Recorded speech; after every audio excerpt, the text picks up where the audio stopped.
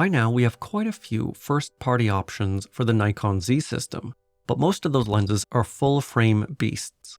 There aren't too many dedicated lenses just for APS-C, but there are quite a few third-party options, and today I'm going to be reviewing one of them. TTArtisan was kind enough to send me a copy of their 56mm f1.8 lens for the Nikon Z system, and I'll tell you what I think about it today. By the way, if you like this review, don't forget to like and subscribe to support the channel.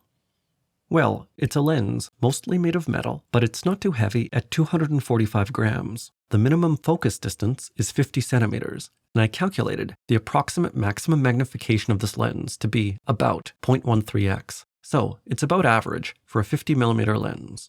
It's a simple design with a focus ring, but surprisingly, the focus ring is dampened and smooth and feels much better than the average autofocus ring, so that's a big plus in my book for handling. It comes with an unusual lens hood with a rectangular opening, which looks cool. Bokeh. As this lens is a portrait lens, let's analyze the bokeh. For comparison, I've placed the Viltrox 50mm f2 Air lens below, which is a full-frame lens, but has a similar weight and price. Let's first take a look at the stop-down performance. We can see that the 9 aperture blades makes the stop-down bokeh fairly circular, although the shape is not fully symmetrical.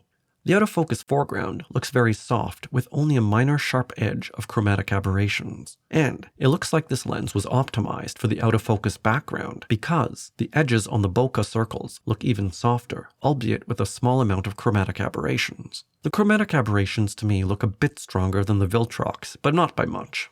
Let's also compare it with the Nikon 50mm f1.8G, which has some of the best bokeh I've seen. Here you can see that the results are similar, but the 50mm f1.8G has a bit more aberrations in the autofocus foreground, although the edges are softer with the Nikon. Here's another comparison against the Viltrox 85mm f1.4 Pro lens.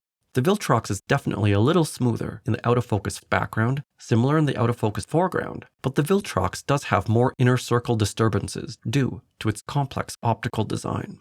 Finally, just to show you that expensive doesn't always mean better, here's a comparison with the Nikon Z 50mm f1.4. Although the Nikon looks pretty decent in the autofocus foreground and in the stop-down performance, clearly it's much worse in terms of the autofocus background. So overall, I'd say that the bokeh of the TTArtisan 56mm f1.8 is very good and quite impressive, especially since this lens is just $130. The edges could be a touch softer, but it's fairly unobtrusive.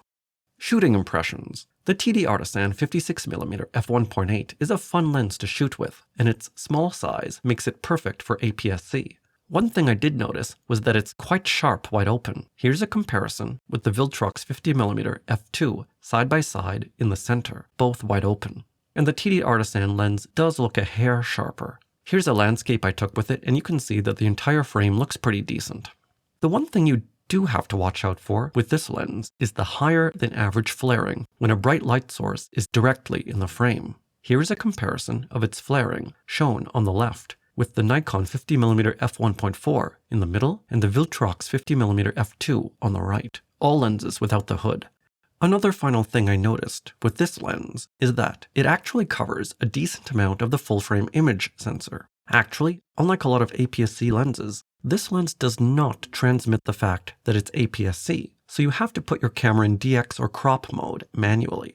Here's what the full-frame image looks like, wide open. Yes, it definitely does not cover the whole thing, but here's the APS-C crop, so there's definitely a bit more outside the APS-C frame. So if you wanted to use this lens on full frame, you theoretically could with just a little bit of cropping. That being said, it's hard to compose in camera because of this custom cropping, so I'd recommend sticking to DX mode if you're using it on a full-frame camera. For comparison, here's the same shot but stopped down.